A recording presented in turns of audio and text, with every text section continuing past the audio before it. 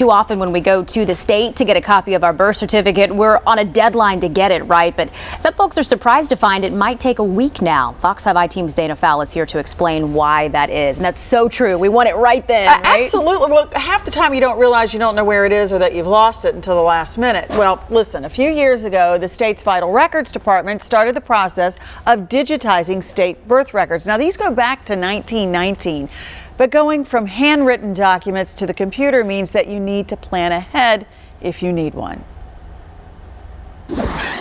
This represents 20 million records, 9,000 boxes. Rows and rows and rows of birth certificates, most of them originally handwritten. Naturally, in today's computer age, the goal, says Donna Moore, the director of Vital Records of Georgia, is to get them all on the computer, digitized. Georgia has 20 million records in the archive, and we have digitized almost 7.5 million of those.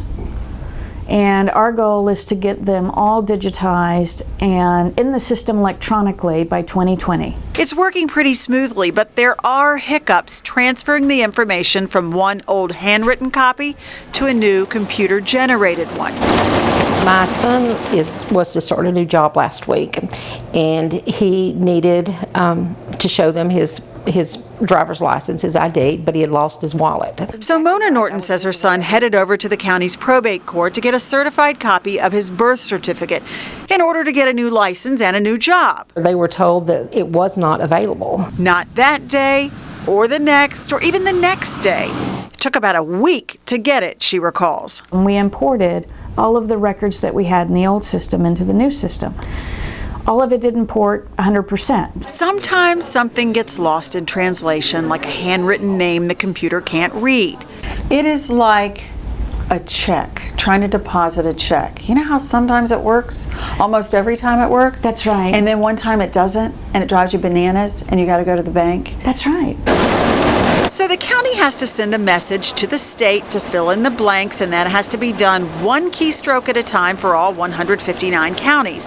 It takes a minute, or in reality about a week, before an official copy is ready. Mona Norton, a world-traveling missionary, But you can see the mountain range of Kenya. has her paperwork in a safe place, but her son, well, he didn't. And he learned a lesson in planning ahead. And always the mother, she reached out to the Fox 5 I-Team to make sure the message was getting out. Plan ahead. Get your order in, make sure you have it, double check your records, put it in a safe deposit box. The folks at the state archive say they get the urgency of needing an official record quickly. But in the age of identity theft, they have to balance speed with caution. We want to make sure that we don't give your record to someone who doesn't need it.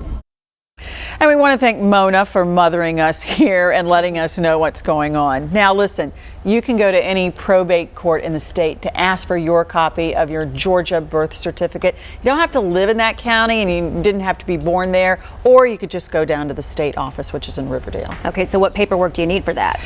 Well, there's the key. Yeah. Right. You don't want to add any potential delays to a situation like this. So you need to make sure you have an ID with your picture and your date of birth. Now, a lot of latitude there. That can be a driver's license, a passport, a gun registration card. Even some jobs now have IDs that have all of that information on it. Also, listen, if you've changed your name, did you get married?